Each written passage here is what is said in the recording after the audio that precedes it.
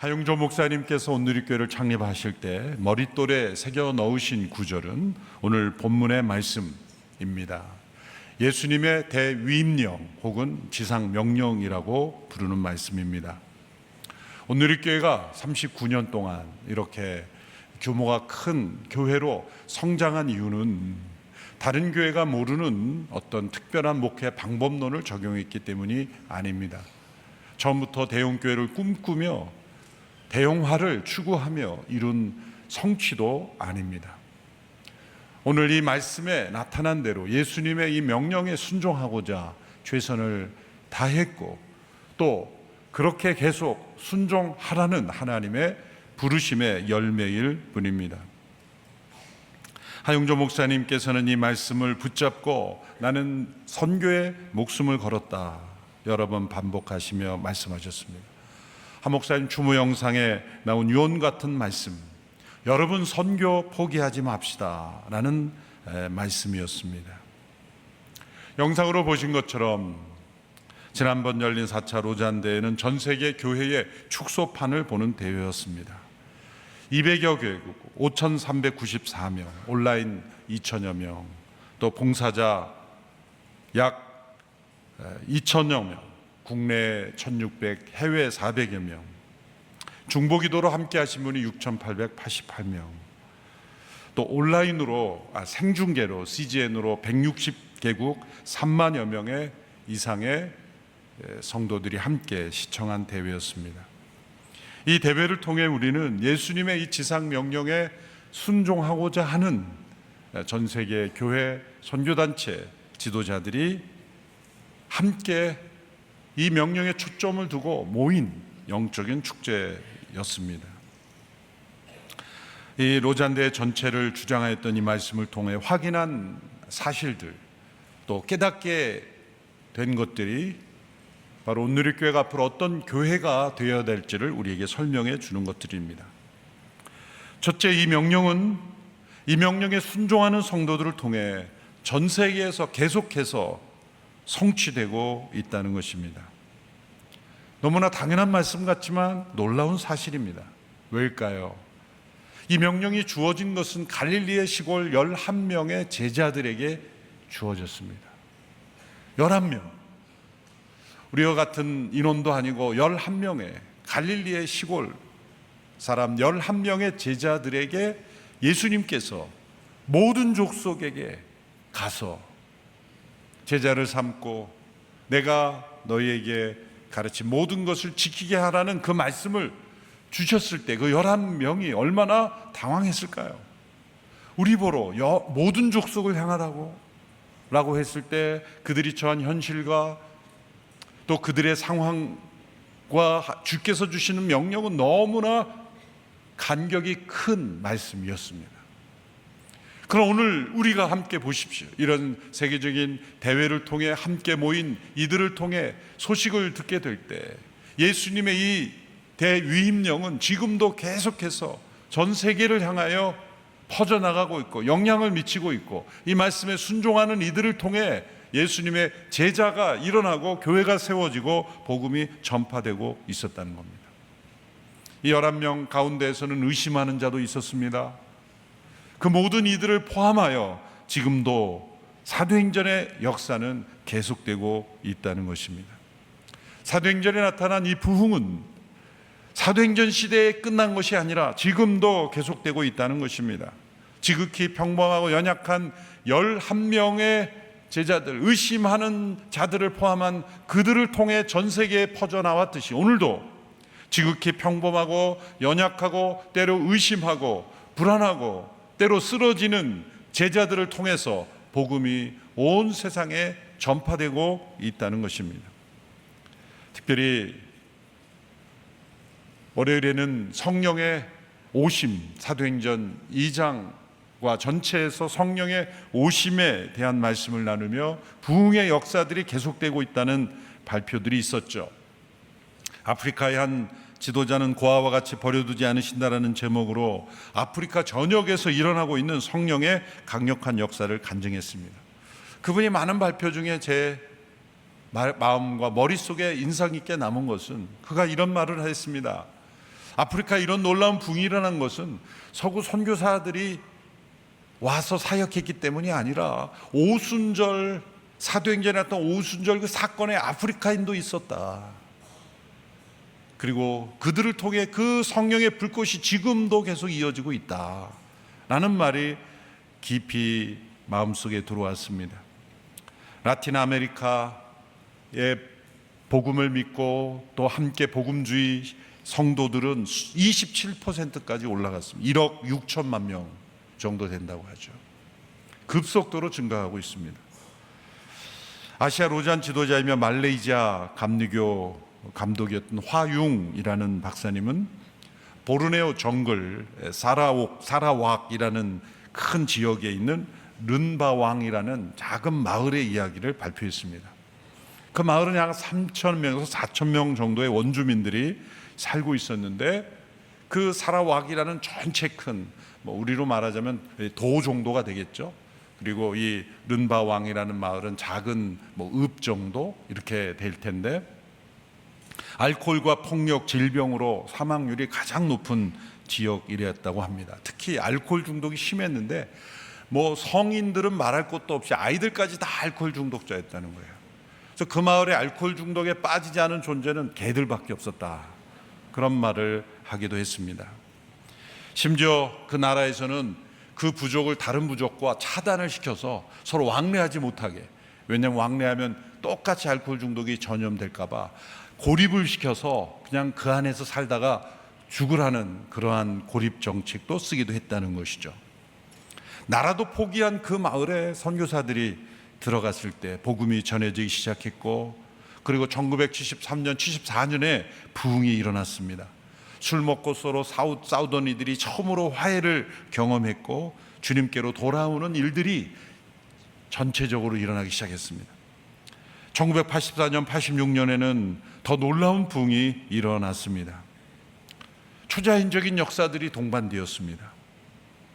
고산지대에 먹을 것이 부족한 그 지역에서 놀라운 기적이 일어나고 오병이어 같은 기적들이 일어나고 쌀과 물이 밀가루와 기름으로 변화되는 기적, 게다가 하늘에 초자연적인 불덩이가 계속해서 일어나며 있을 수 없는 단지 번개 천둥이 아니라 1,000명 이상의 사람들이 동시에 하늘에서 일어난 현상들을 보면서 놀라운 성령의 역사가 그 일대에 일어나게 되었다는 거죠. 공식적인 통계에 의하면 지난 50년 동안 동인도네시아 지역에서 100만 명 가까이 주님께로 돌아왔다 라는 보고가 이루어졌습니다. 사도행전에 나타난 이 표적과 기사, 성령의 역사는 지금도 계속되고 있다라는 보고를 우리가 들었습니다. 둘째로 이 명령에 순종하는 성도들 중에 어떤 이들은 극심한 핍박 속에 있고 그러나 결코 포기하지 않으며 도리어 이 지역에서 믿는 이들이 더욱 증가되고 있다는 겁니다. 사도행전에는 두 가지 역사가 계속 중복됩니다. 부흥의 역사와 더불어 핍박의 역사. 핍박 속에서도 계속 부흥되고 있다. 이 현상이 지금도 전 세계에서 계속되고 있습니다. 순교자들도 계속 나타나고 있습니다. 역설적으로 부흥되고 있는 지역은 바로 핍박 속에 있는 지역이라는 거죠. 선교의 역사는 이름 없는 순교자들을 통해 복음이 전해진 역사입니다. 이번 대회 프로그램 위원장이었고 OMF 국제대표인 패트릭 펑이라는 선교사, 의사였다가 또 선교사가 되신 분이시죠. 이름 없는 선교사들을 통해 복음이 얼마나 전 세계에 전해졌는가, 거기에 대해서 강조점을 뒀습니다. 이분이 언젠가 런던 대학교에 있는 기록관에 가서 선교사님들에 대한 기록을 수천 개의 문서를 보았는데 그 기록관의 직원이 말하기를 여기 문서 하나가 중국 사람들을 위해 바쳐진 한 생명과 같습니다 라고 말했다는 겁니다. 대부분 모르는 이름이었습니다. 역사에 기록되지 않는 무명의 선교사님들, 그들의 헌신을 통해 복음이 전해졌습니다. 이 패트릭 펑 선교사가 이렇게 말했을 때 참가자들이 모두 박수로 화답했죠. 그들은 잊혀지기 위해 살았고 그리하여 그리스도께서 기억되도록 하였다. 오직 예수 그리스도만이 기억되게 위하여 그들은 잊혀진 삶을 살았다는 것입니다. 이렇게 잊혀진 그리스도인들 가운데 박해로 인하여 핍박으로 인하여 희생당하고 있는 성도들이 전 세계적으로 아직도 많다는 것입니다. 대표적으로 네 나라가 주목을 받았습니다. 이란과 파키스탄, 중국, 인도. 네 나라에서 일어나는 핍박의 사례, 그러나 동시에 부흥의 사례가 발표되었습니다. 이란이라는 지역에 복음이 전해진 것은 1950~60년대부터인데 믿는 이들이 전혀 없었다고 합니다. 1950년대에 이르러서야 소수의 그리스도인들이 일어났는데, 이 이란에 복음이 급속도로 확장하게 된 계기가 바로 1996년 7명의 핵심 교회 지도자들이 순교했을 때입니다. 그 순교자의 피가 흘려졌을 때 복음의 씨앗이 자라나기 시작했고, 그 이후로부터 복음이 이란에 급속히 퍼져나가기 시작했습니다. 이번에 발표한 파르시드 파티라는 이란 목회자가 발표를 했는데, 이분은 2010년 열린 3차 로잔 대회 때 이란 대표로, 단 한 사람의 대표로 참석했던 사람입니다. 근데 이란에 돌아가자마자 65일 후에 감옥에 갇혔습니다. 정보부에 체포되어 제목은 국가안보를 위협한다는 제목이었습니다. 목회자일 뿐인데, 그리고 로잔대에 참석했다라는 이유로 국가안보에 위협을 가했다고 해서 5년 징역형을 선고받고 감옥에 갇힙니다. 1년 동안은 빛도 들어오지 않는 2m 크기의 독방에서 지냈다고 합니다. 2015년 후에 출소한 이후에 이제 이란에서 놀라운 부흥이 일어나기 시작했습니다. 이란 혁명이 일어난 1974년도에는 그리스도인들의 숫자가 500명밖에 되지 않는다고 합니다. 그런데 현재는 이 무슬림 지역에, 이란에 있는 적을 포함해서 100만 명 이상의 무슬림들이 개종하고 있다는 거죠. 이분이 경험한 바로는 일주일 안에도 수천 명이 돌아오는 일이 있었다. 사도행전에 나타난 그런 일들이 똑같이 일어난 거죠. 5년 만에 20개 도시에서 48개의 교회를 개척했다고 합니다. 놀라운 사도행전의 역사가 일어나고 있습니다. 베드로가 감옥에 갇히고 또 갇히고 또 핍박받았지만 교회는 계속해서 세워진 것처럼 사도행전적 역사가 이란에서도 일어나고 있다라는 겁니다. 이분이 자신의 그 여정을 되돌아보면서 이런 문장을 남긴 것이 기억에 남습니다. 고통은 이야기의 일부이지 끝이 아니다. 중국에서도 이번에 100여 명의 목회자들이 참여했는데, 2010년 대회에서는 200여 명이 참여하려 하다가 동시에 다 억류됐습니다. 어떤 사람은 비행기에 타고 앉아 있는데 끌어내렸고, 어떤 사람은 집에서 출발하는데 차단되었고, 모두가 다 억류돼서 한 사람도 참여하지 못했죠. 중국 공안에는 이 대회를 적색단체로 분류해서 외부 세계 기독교 세력과 연계되지 않도록 차단하였습니다.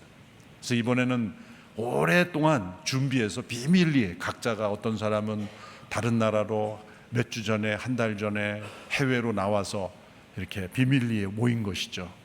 보안을 그렇게 저희가 유지했지만 이 대기간이 끝나고 이제 중국 목회자들끼리 따로 모인 자리에 제가 격려차 방문했는데, 한 분이 나와서 발표를 간증을 하고 있었어요. 그분이 뭐라 그러냐면, 여기에 와 있는 기간 동안에 우리 가족의 공안이 들이닥쳐서 압수수색을 하고 아내에게 이렇게 말하고 갔다는 거예요. 당신 남편은 돌아오는 즉시 구속될 것이다. 그렇게 보안을 유지하려고 했지만 그렇게 잡아놓으려고 조사를 한 것이죠. 인도와 파키스탄에서도 핍박이 심합니다. 테러가 심합니다.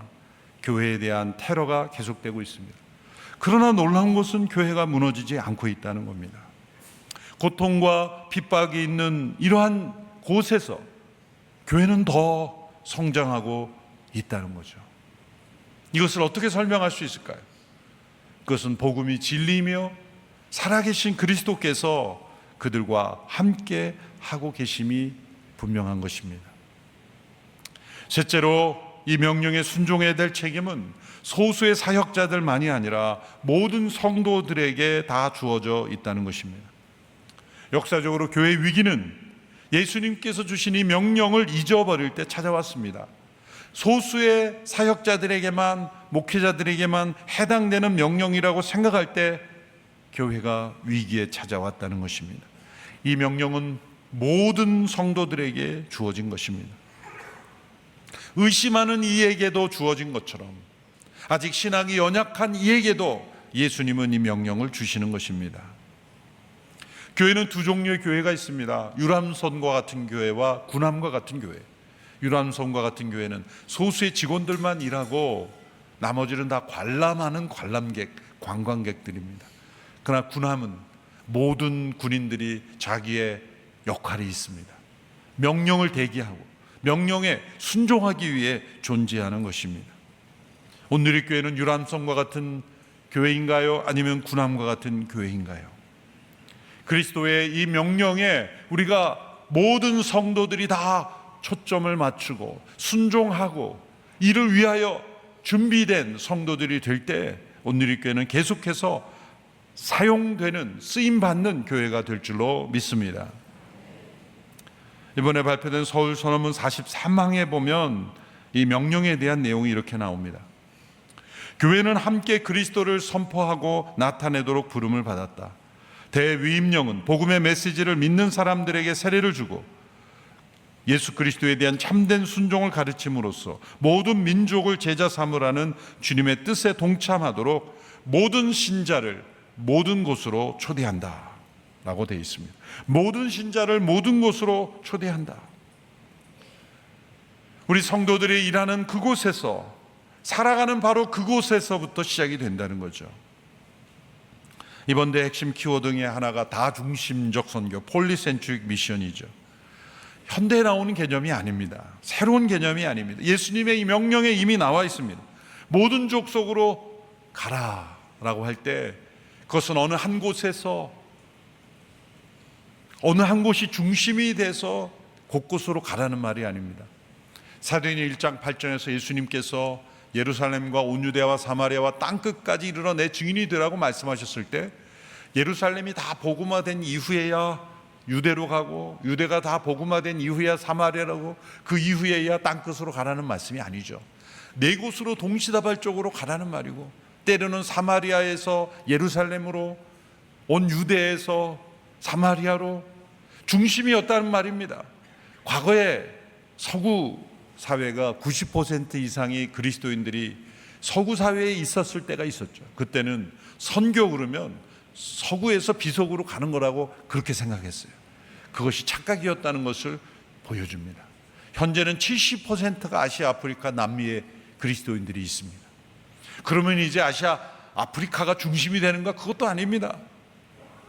모든 곳에서 모든 곳으로, 그것은 모든 성도들이 있는 그곳에서 모든 곳으로 나아가는 그런 것이 참된 주님의 명령에 순종하는 것이다 라는 것으로 우리는 받아들여야 하는 것입니다. 우리가 있는 바로 그곳에 선교사로 살아간다는 의식이 있지 않으면 복음이 온 세상에 전해질 수 없기 때문입니다. 마지막으로 이 명령에 순종하는 성도들은 예수님께서 명하신 모든 것을 가르쳐 지키게 해야 한다는 겁니다. 예수님께서 이렇게 말씀하셨죠. 아버지와 아들과 성령의 이름으로 세례를 주고 라는 명령으로 끝나지 않습니다. 내가 너희에게 분부한, 명령한, 가르친 모든 것을 가르쳐 지키게 하라. 이 모든 것 무엇을 의미할까요? 예수님 말씀하신 산상수훈의 말씀입니다. 너희는 세상의 빛이요 소금이라는 말씀입니다. 세상 속에서 선한 행실을 통해 사람들에게 빛을 비추라는 말씀이죠. 어떤 분들은 복음 전도와 사회적 책임을 자꾸 분리하려고 그럽니다. 그건 두 가지가 아닙니다. 복음을 전하는 것에는 우리의 말뿐이 아니라 삶으로도 함께 전해져야만 반드시 복음이 전해지는 거죠. 말과 삶이 다를 때 사람들은 우리의 말을 믿지 않기 때문이죠. 복음을 전하는 것은 모든 것이 다 포함되어 있는 것입니다. 어떤 분들은 사회적 책임이라는 단어 자체에 알러지 반응을 일으키고 사회적 책임이라는 단어 자체를 거부하려는 분들이 있죠. 아니면 어느 것이 더 우선이냐, 그런 논쟁을 하는 분들도 있습니다. 그렇지 않습니다. 예수님께서 말씀하셨잖아요. 모든 것을 가르쳐 지키게 하라. 여기는 분리되지 않는다는 거죠. 여러분, 사도 바울의 사역을 보면 사도행전에서 그가 1차, 2차, 3차 전도여행 때 교회를 세우고 복음을 전하고 제자를 삼고 세례를 주었지만, 로마서 15장에 보면 그가 이렇게 미전도 종족을 향하여 끊임없이 나가고, 로마서 15장에 보면 내가 서보나, 오늘의 스페인으로 내가 가기 원한다, 그곳에 복음이 전해지지 않았기 때문이다, 그렇게 그곳으로 가는 열망을 하지만 동시에 예루살렘의 가난한 성도들을 위해서 내가 이 헌금을 전내주는 일을 먼저 해야 되겠다, 나는 이 가난한 사람에 대한 구제에 대한 열망 또한 나타나죠. 갈라디아서 2장 10절에 보면 가난한 사람들을 돕는 것이 자신이 힘써 행해오던 일이라 그렇게 고백하기도 했습니다. 오늘의 교회도 이천선교와 사회선교본부가 있는데 별도의 부서가 돼서는 안 되는 거예요. 함께 이것이 복음을 전하는 것이다 라는 의식이 있어야 합니다. 대회 기간 동안 목요일 저녁 한국교회를 소개하는 프로그램을 기획을 할 때 제 마음속에 초점을 두었던 관점은 이것입니다. 한국교회 모든 것을 다 우리가 소개할 수 없고 취사 선택을 해야 하고 어떤 줄거리를 잡아야 되는데, 보여주고자 했던 건 뭐냐면 한국에 온 선교사님들이 교회만 세우지 않았다는 거죠. 그분들은 병원을 세웠고 학교를 세웠고 구제를 했다는 겁니다. 오히려 더 많은 사회적 책임을 감당했기에 기독교가 한국 사회를 변화시키는 중요한 통로가 될 수 있었다는 것이죠. 그분들은 요즘 유행하는 총체적 선교, 인테그럴 미션, 홀리스틱 미션, 그런 단어조차 없었을 때예요. 그런데 그분들은 복음을 전하기에 말로만이 아니라 삶으로 드러냈다는 거죠. 나환자들을 치료하며, 그리고 배우지 못한 이들을 깨우치며, 여성의 인권이 무시됐을 때 여자들을 위한 학교를 만들어서 그렇게 일깨우는 일들을 하고, 그것이 대한민국 사회를 변화시킨 원동력이었다라는 것을 보여주고 싶었던 것입니다. 모든 것을 가르쳐 지키게 하라, 그 말씀에 순종했다는 겁니다. 제자를 삼고 세례를 주는 그런 교회의 전통적인 영역만이 아니라 사회 속에 소금과 빛이 되는 모습을 보여주었다는 것입니다. 그러므로 이 명령에 순종하는 것은 단지 교회 울타리 안으로 제한해서는 안 되는 것이죠. 그래서 오늘 이 교회 사회 선교 사역뿐만 아니라 더 멋진 세상 여러 복지단의 사역뿐만이 아니라 이런 사역들을 우리가 함께 행하는 이유가 바로 여기에 있습니다. 오늘 이 교회 전제 목적은 바로 예수님의 대위임령에 있다는 것을 창립 기념주일에 다시 우리 마음속에 되새길 수 있게 되기를 바랍니다. 우리가 이 명령에 순종하면 순종할수록 우리가 받는 축복은 무엇인가? 우리가 더 큰 교회가 되는 것인가? 여러분들의 경제생활이 더 좋아진다는 보장을 하는 것인가? 그런 약속이 아니라 이 명령에 순종할수록 이 약속이 주어져 있습니다. 세상 끝날까지 너희와 항상 함께 있을 것이다. 그리스도께서 더 함께 하심을 체험하는 그것이 축복입니다. 그것이 능력이고 그것이 이 명령에 순종하는 자에게 주시는 보상입니다. 앞서 말씀드린 핍박 속에서 부흥을 경험하는 이유가 뭘까요? 그리스도께서 함께 하시기 때문이에요. 왜 우리는 이런 부흥을 경험하지 못할까요?